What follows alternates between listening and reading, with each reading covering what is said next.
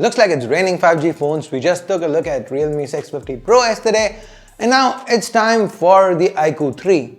Hey guys, Ash here from C4eTech, and if you do end up finding this video interesting, subscribe, turn on notifications by hitting that bell icon. Let's now get to the iQOO 3.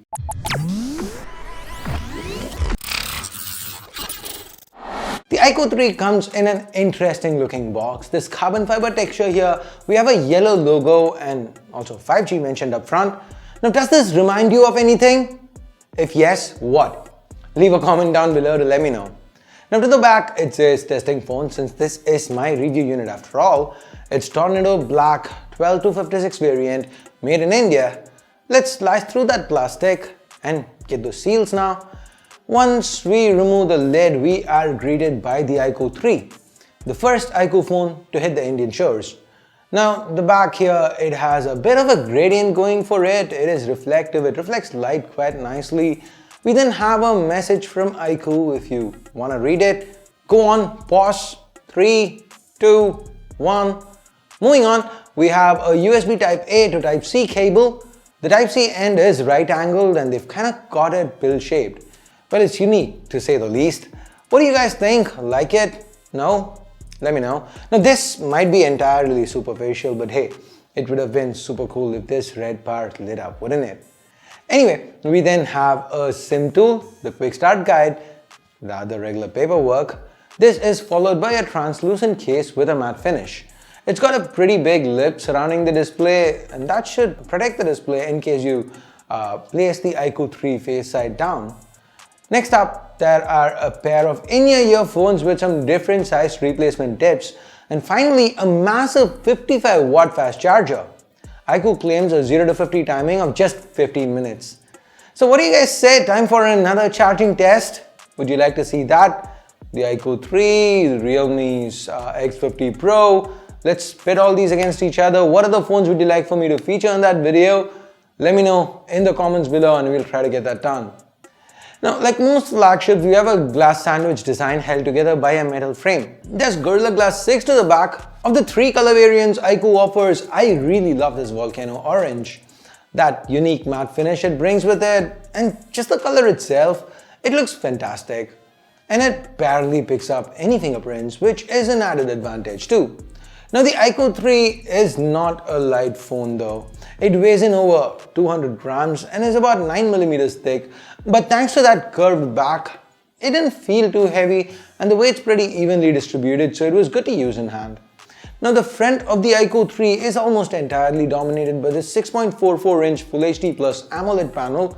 iQOO is calling this their polar view display with a superior clear selfie camera. Basically what this means is we have a tiny little punch hole to the top right. iQOO claims this is the smallest one in its segment. One more interesting thing to note is that iQOO have chosen to go with shot sensation up instead of going with Gorilla Glass for protection here. They claim it's the better option for the iQOO 3. Overall, the bezels are thin and the screen to body ratio is over 90%. That combined with this beautiful AMOLED display, I feel iQOO's done a stellar job. By the way, the touch sampling rate is 180 Hz, but the refresh rate is a regular 60 Hz though. What iQOO has changed is how many times the screen scans for an input. It's kind of like with the new iPhones where the refresh rate is again 60 Hz, but the touch response it's sampled at 120 Hz. This should in theory lead to a better experience, especially while gaming. Of course, higher refresh rates are better, but this would be better than just 60 Hz refresh and 60 Hz touch sampling. Now speaking of gaming, let's talk about specs. We have the top of the line Snapdragon 865 with 8 or 12 gigs of RAM and 128 or 256 gigs of fast UFS 3.1 storage. Compared to the last gen flagship 855's SoC, the Snapdragon 865 is supposed to deliver 25% more CPU performance. The iQOO 3 comes with 5G support too. iQOO is also supposed to be selling a 4G only variant where they've disabled 5G in order to keep the prices more competitive. On the gaming side of things, the Snapdragon 855 could already play pretty much everything on the Play Store, and quite easily so. So I don't really expect 865 and its Adreno 650 GPU to have any issues. In terms of raw numbers, this Adreno 650 GPU is supposed to be 20%-ish better than the 855's Adreno 640. On the software side, we have a monster mode which we can turn on by pressing the AI button and this top right part of the iQOO 3. This mode turns off any power saving options, increases CPU performance and changes the aesthetic of the phone, kinda like what we've seen with the ROG in the past. We also have a dedicated game space that can be entered by long pressing the two monster buttons that are located at the right side of this phone. These work kinda like air triggers. Like in PUBG, we have them programmed for shooting and aiming down sights.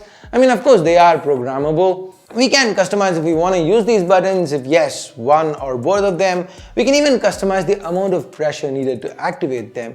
And the haptic feedback they provide is quite strong too. Okay, since we spent the last couple of minutes talking about buttons, I might as well take you around the iQOO 3. To the right, we have the orange power button. It's got a nice textured finish which makes it easy to identify by feel itself. Above it are the volume rockers and on either edge are the touch sensitive keys. iQOO calls these the monster buttons.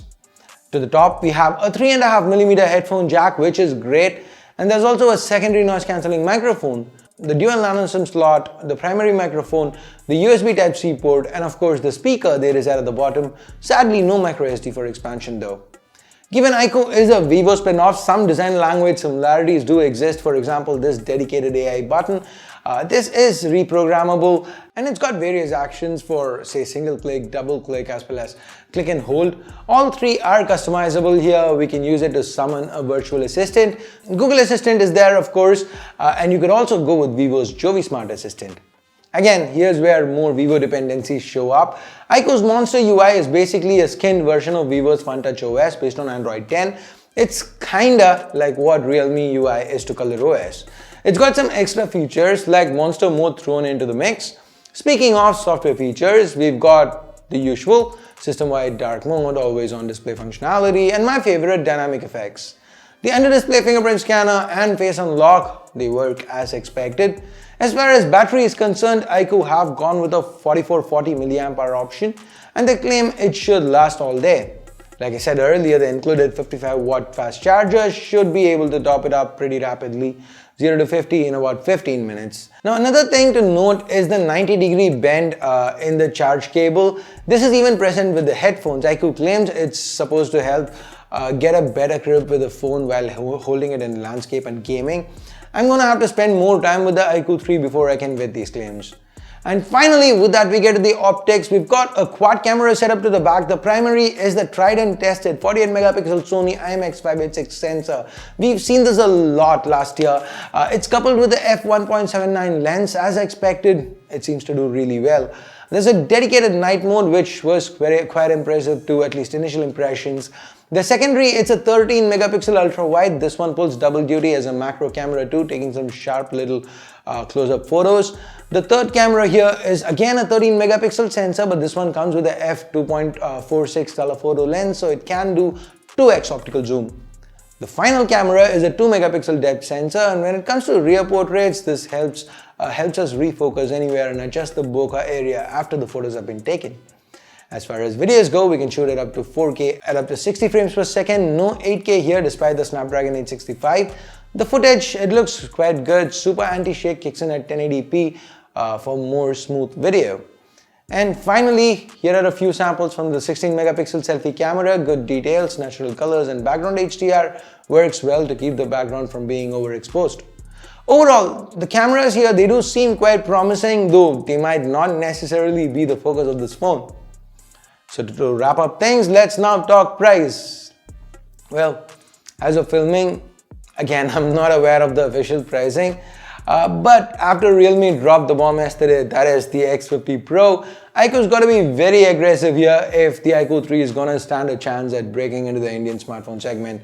As always, once I do get to know the pricing, I will add it in the description, pin a comment and tweet it out. So follow me at C4eTech if you haven't yet. And you guys watching the video, you'll know the price by now. So what do you think? What do you make of it? Is it competitive enough to take on the likes of OnePlus and Realme? Leave a comment down below. And with that, we get to the end of this video and it is time I bid you adieu. Thumbs up, thumbs down based on whatever you felt about the video. Subscribe, turn on notifications by hitting that bell icon if you haven't yet. And thanks a lot for watching. Till next time, my name's Ash. You've been watching C4eTech and I'm signing off for now. You guys have a great day. Bye-bye.